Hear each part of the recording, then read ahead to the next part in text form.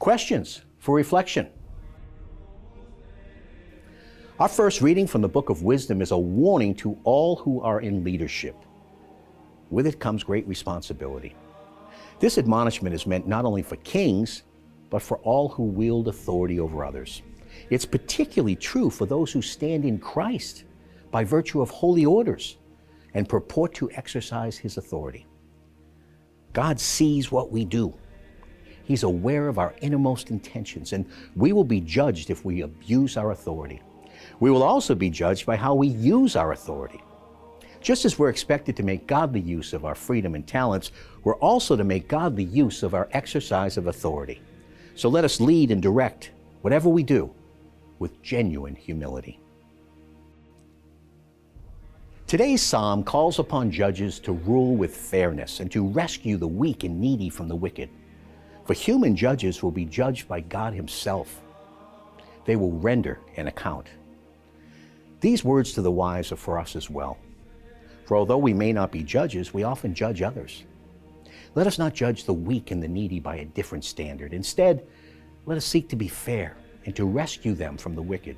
It's no crime to be poor. In fact, Jesus became poor so we might attain the riches of heaven. It is a crime to exploit those who are poor. Our parable in the Gospel of St. Luke tells the story of 10 lepers who were healed by Jesus. But only one took the trouble to come back and thank Him. We've spoken previously about the scourge of leprosy and how it was both stigmatizing and fatal during the time of Jesus. In fact, it remained a terrible illness until the modern era, when we finally learned how to cure it through modern medicine. Now, there are numerous stories concerning lepers in the Bible. In the second book of Kings in the Old Testament, we read of a leper named Naaman, a Syrian army commander who encountered the prophet of God Elisha and was cured. This cure drew Naaman to faith in the true God. He proclaimed, "Behold, I know that there is no God in all the earth but in Israel." And that's in 2 Kings chapter 5. The story is our first reading. The physical cure. It brought an even greater gift to Naaman, the revelation of the meaning of his existence. He was in a relationship with God. So in the Gospel, we hear St. Luke's account of the healing of these 10 lepers. They all stood at a distance in the presence of Jesus. This was the requirement of the Jewish law. Leprosy was highly contagious and deeply scorned in the days of Jesus, when He walked among us in the flesh.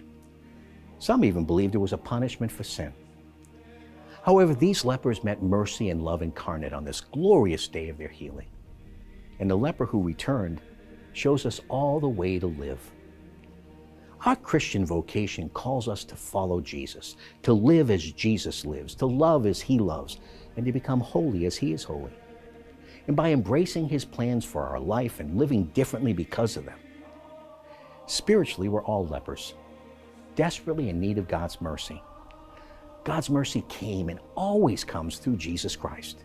And we're now called to become a people who receive and give mercy, and a people who always come back to give thanks.